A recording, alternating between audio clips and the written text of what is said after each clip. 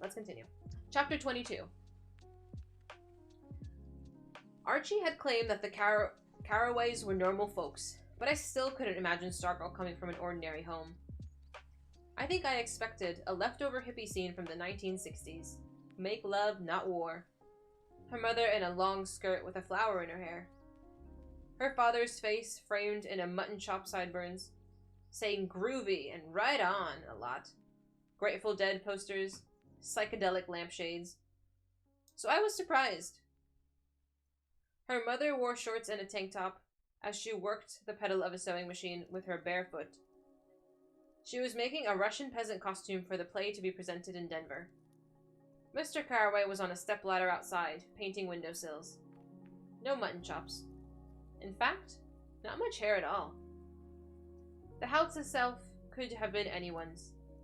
Glossy bentwood furniture, throw rugs over hardwood floors, Southwest accents, an Anasazi-style wedding vase here, a Georgia O'Keeffe print there. Nothing to proclaim. You see, she came from here. Same with her room. Except for Cinnamon's blue and yellow plywood apartment in one corner. It might have belonged to any high school girl. I stood in the doorway. What? She asked. I'm surprised, I said. At what? I thought your room would be different. How so? I don't know. More you. She grinned. A stack of fillers? A card-making operation? Something like that. That's my office, she said. She let Cinnamon out. He scurried under her bed. This is my room. You have an office? Yep. She stuck her foot under the bed. When it came out, Cinnamon was aboard. I wanted to have a place all my own where I could work, so I got one. Cinnamon scampered out of the room. Where is it? I said. She put her finger to her lips. Secret. I bet I know one person who knows, I said. She raised her eyebrows. Archie. She smiled. He was talking about you, I said. He likes you. He means the world to me, she said. I think of him as my grandfather. My inspection yielded 2 curious items. One was a wooden bowl, half filled with sand-colored hair. Yours, I said? She nodded. For the birds looking for nesting materials. I put it out in the spring. I've been doing it since I was a little girl. I got more business up north than here. The other item was on the bookshelf. It was a tiny wagon about the size of my fist. It was made of wood and it looked like it might have been an antique toy. It was piled high with pebbles. Several other pebbles lay about the wagon wheels. I pointed to it. Are you collecting stones or what? It's my happy wagon, she said. Actually, it could just as well be called unhappy wagon, but I prefer happy. So what's it all about?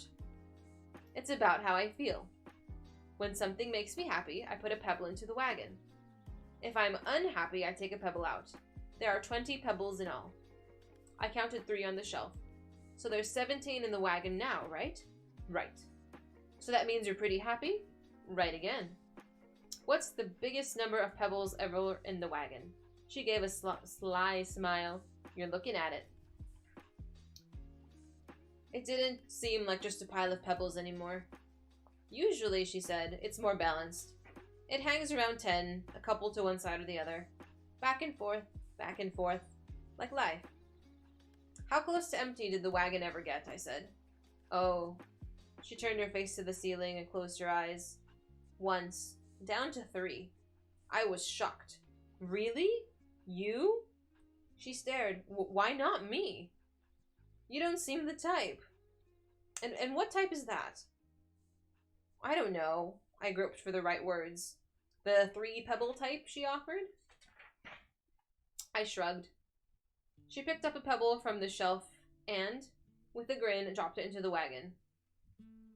Well, call me Miss Unpredictable. I joined the family for dinner. 3 of us had meatloaf. The 4th, guess who, was a strict vegetarian. She had tofu loaf.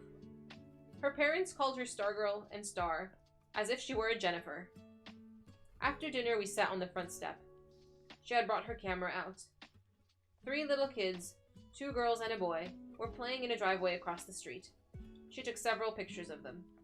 "Why are you doing that?" I asked her. "See the little boy in the red cap," she said. "His name is Peter Sinkowitz. He's 5 years old. I'm doing his biography. Sort of." For the 10th time that day, she had caught me off guard. Biography? Peter Sinkowitz was coasting down his driveway in 4-wheeled plastic banana, with the 2 little girls were running and screaming after him. "Why would you want to do that?" She snapped a picture. "Don't you wish somebody came up to you today and gave you a scrapbook called The Life of Leo Borlak, and it's a record, like a journal of what you did on such and such date while you were little, from the days you can't remember anymore. And there's pictures, and even stuff you dropped or threw away, like a candy wrapper, and it was all done by some neighbor across the street, and you didn't even know she was doing it. Don't you think when you're 50 or 60 you'd give a fortune for such a thing?" I thought about it. It was 10 years since I had been 6. It seemed like a century. She was right about one thing. I didn't remember much about those days. But I didn't really care either. "No," I said. "I don't think so. And anyway, don't you think his parents are doing all that? Family albums and all?"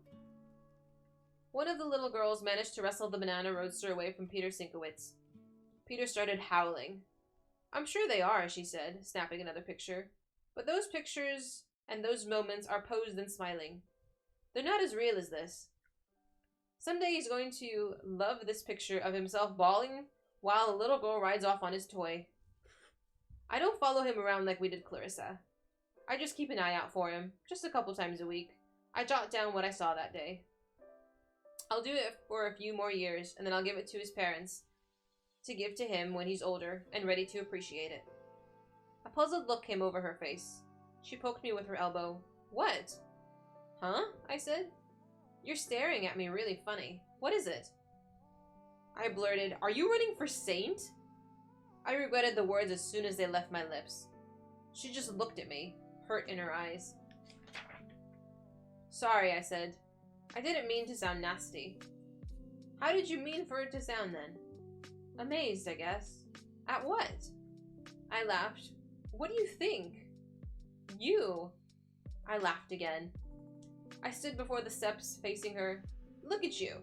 It's Saturday. I've been with you all day, and you spent the whole day doing stuff for other people, or paying attention to other people, or following other people, or taking pictures of other people." She looked up at me. The hurt was gone from her eyes, but not the puzzlement. She blinked. So, I don't know what I'm saying. Sounds like you're saying I'm obsessed with other people. Is that it?"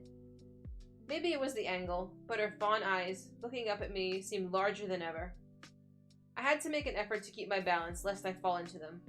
"You're different," I said. "That's for sure." She batted her eyelids and gave me a flirty grin. "Don't you like different?" "Sure I do," I said, maybe a little too quickly. The look of sudden discovery brightened her face. She reached out with her foot and tapped my sneaker. "You know what your problem is?" "Really?" I said. "What?" "You're jealous. You're upset because I'm paying all this attention to other people and not enough to you." "Right," I sniffed. "I'm jealous of Peter Sinkowitz." She stood. "You want my attention all to yourself, don't you?" She stepped into my space. The tips of our noses were touching. "Don't you, Mr. Leo?" Her arms were around my neck. We were on the sidewalk in front of her house, in full view. "What are you doing?" I said. "I'm giving you some attention," she cooed. "Don't you want some attention?" I was losing my battle for balance. "I don't know," I heard myself say. "You're really dumb," she whispered in my ear. "Yeah?" "Yeah. Why do you think there are 18 pebbles in my wagon?" And then the last remaining space between our lips were gone, and I was falling headlong into her eyes, right there on Palo Verde after dinner. And I can tell you, that was no saint kissing me. And that was chapter 22.